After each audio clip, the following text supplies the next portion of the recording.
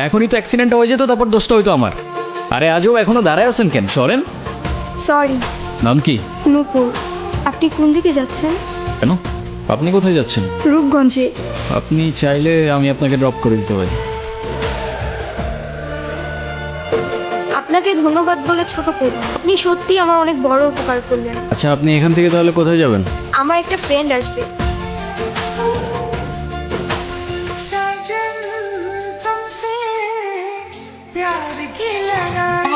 দেখলাম তারা মেলা খুশি হবে। ওই, সমস্যা কি তোর? ওনার ডিস্টার্ব করতেছিস কেন? তুই আবার কলাম ধরছিস কেন? এইটা আপনার ফ্রেন্ড, ওর জন্য আসছিলেন? না, উনি আমাকে অনেকক্ষণ ধরে বিরক্ত করতেছে। এই বউ, এটা কে? ওই, কি লাগে ও তোর? আম্মা আম্মা, ওটা আমার আম্মা হয়। হ্যাঁ, মেয়ে দেখলে মাথা ঠিক থাকে না, না? বিরক্ত করতেছিলি কেন? বিরক্ত নয় তো গুরু, আমি ওনাকে প্রোটেকশন দিচ্ছি। এলাকা তো ভালো না, মাল করে ভরা। তোর প্রোটেকশন দেওয়া লাগবে না, যা তুই যা, ফোট। আপনিও কি ফলো করতেছেন আমাকে? নেন। আসলে আমার একদমই খেয়াল ছিল না। আপনার গাড়িতে ফেলে আসছিলাম না? Yes ma'am. একটা কল করা যাবে? হ্যালো, আমি নূপুর।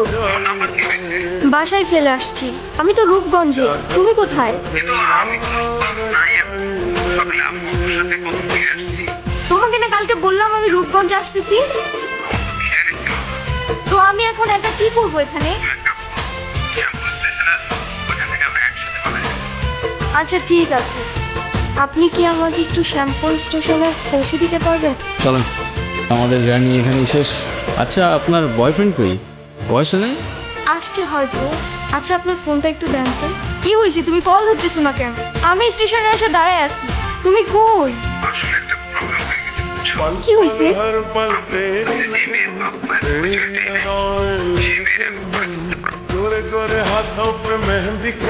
এই শহরের মানুষগুলোর জন্য কান্না করে লাভ নেই, মুখটা ধুয়ে ফেলেন। আর পারলে সাথে নিজের কষ্টগুলোও মুছে ফেলেন। বলছিলাম না, আজকাল মানুষের 2 দিনে ভালোবাসা হয়, 3 দিনে পালাই গিয়ে 4 দিনে ডিভোর্স হয়ে যায়। আপনার তো ভাগ্য ভালো, আগেই কাহিনী শেষ। আচ্ছা আমার সাথে বারবার কেন আমাকে বলতে পারেন? আচ্ছা কি হয়েছে বলেন তো? সে যেহেতু আসে নাই, আপনি বাসায় ফিরে যান। না, আমি আর ওই বাসায় ফিরতে পারবো না, আর কখনো ফিরতে চাই না। ফিরতে চান না মানে? ঠিক বুঝতে পারলাম না। মা বাবা হারানোর পর আমি আমার মামা বাড়িতেই বড় হয়েছি। মা বাবার ভালোবাসাটা কি সেটা আমি কখনোই বুঝে উঠি নাই। আমি ভাবতাম মামা মামির মধ্যেই হয়তো আমি আমার বাবা মার ভালোবাসাটা খুঁজে পাবো, কিন্তু আফসোস। কিরে, এত দেরি হলো যে? হ্যাঁ, এই 500 টাকা তো বেঁচে রাখ। আর তোর মামি আজকে কোষ আমি হাটে গেছি। হ্যাঁ, মামার একটা বদ অভ্যাস, মামা জুয়ায় আসুক। 3 বেলা না খেয়ে থাকলেও তার জুয়া ছাড়া এক মুহূর্ত চলতো না। আর তার জুয়ার সঙ্গে ছিল জাহাঙ্গীর। এইগুলো ওরে পড়ায় নিয়ে আসো। আজকে জাহাঙ্গীরের লগে ওর বিয়া দিব। কি কর মাইয়াটার তো কিছুই কর নাই।